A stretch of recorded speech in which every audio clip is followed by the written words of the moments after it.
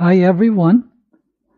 Today we're going to study fundamental trigonometric identities. First, let us define trigonometric identities. In mathematics, trigonometric identities are equalities that involve trigonometric functions and are true for every value of the occurring variables for which both sides of the equality are defined. In this video, we are going to consider four types of identities. Number one, Pythagorean identities. Second, even-odd identities. Number three, reciprocal identities. And number four, quotient identities. Let's begin with Pythagorean identities. The first identity for this group is sine square theta plus cosine square theta equals 1. Second, 1 plus cotangent square theta equals cosecant square theta.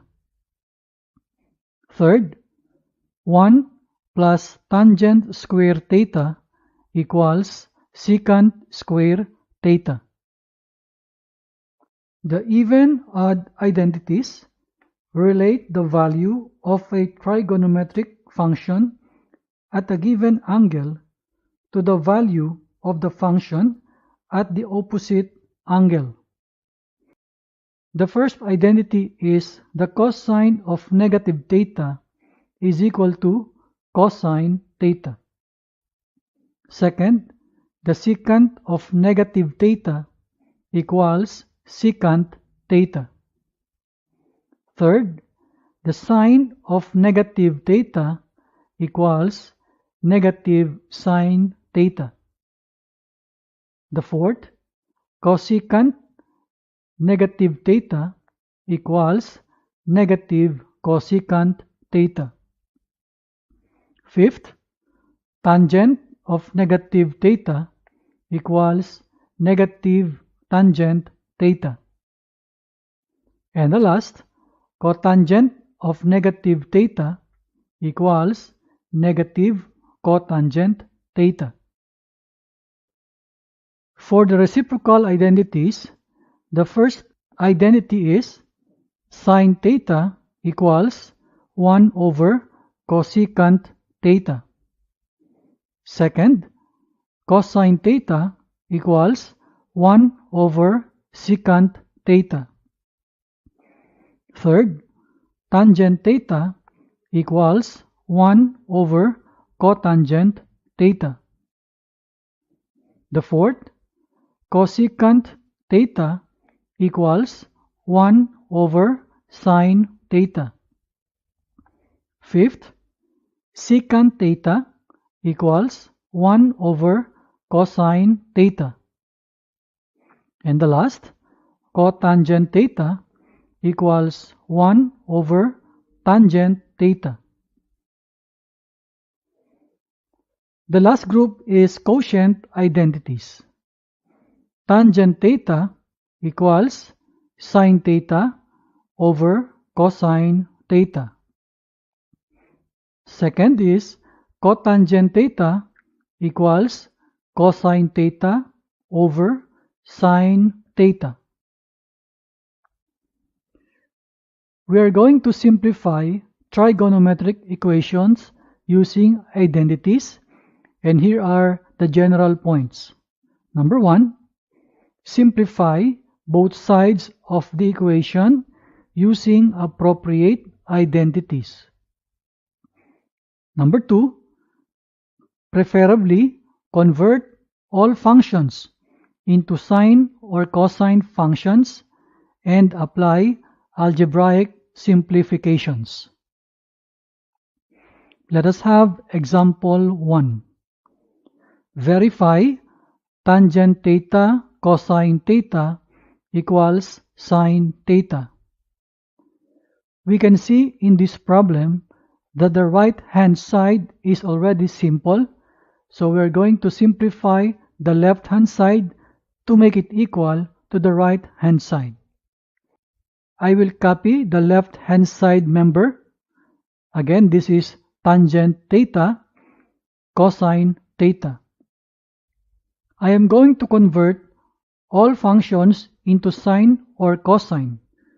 So the tangent theta here, I will convert into sine or cosine function.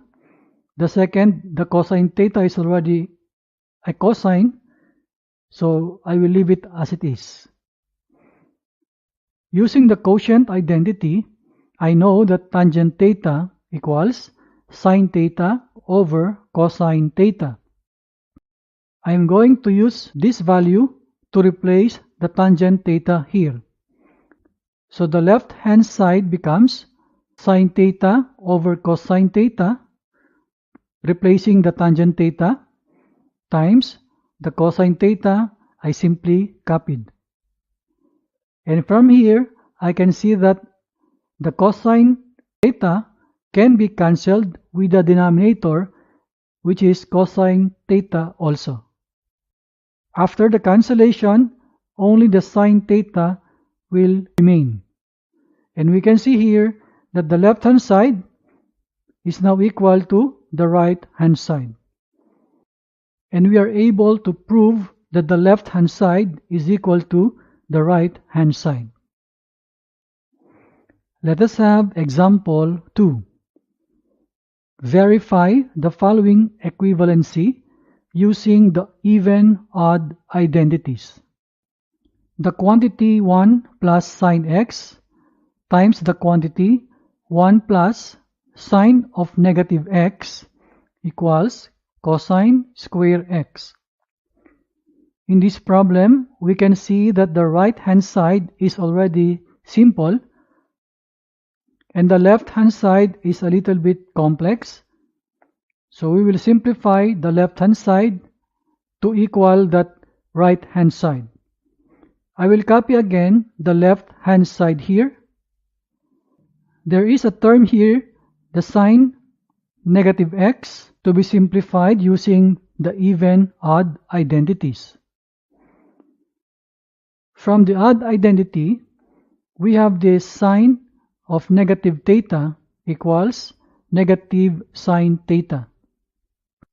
Using this idea, I will now simplify this sine negative x.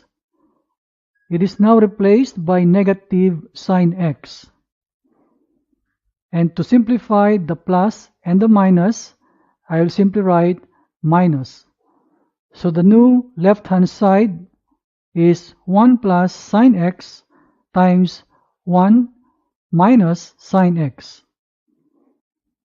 In algebra, if we multiply sum of two terms times the difference of two terms, the product will be the square of the first term minus the square of the second term. So multiplying the 1 plus sine x times 1 minus sine x, I have here now 1 minus sine square x. From the Pythagorean identity, we have this sine square x plus cosine square x equals 1. Doing some manipulation on this formula, I will transpose the sine square x on the other side of the equation. The sign will change, so I have now cosine square x equals 1 minus sine square x. This 1 minus sine square x is the same value that I have in the left hand side, so I can replace this value by the cosine square x. So here it is now. And the cosine square x, I can see that this is now equal to the right hand side. So we are able to show that the left hand side is equal to the right hand side. Let us have example 3. Verify the identity, the fraction, with numerator secant square theta minus 1 all over secant square theta equals sine square theta. In this problem, the right hand side is simple, the left hand side is a fraction, so we will simplify the left hand side to equal the right hand side. I copied the left hand side in here, and then one Pythagorean identity says secant square theta equals tangent square theta plus 1.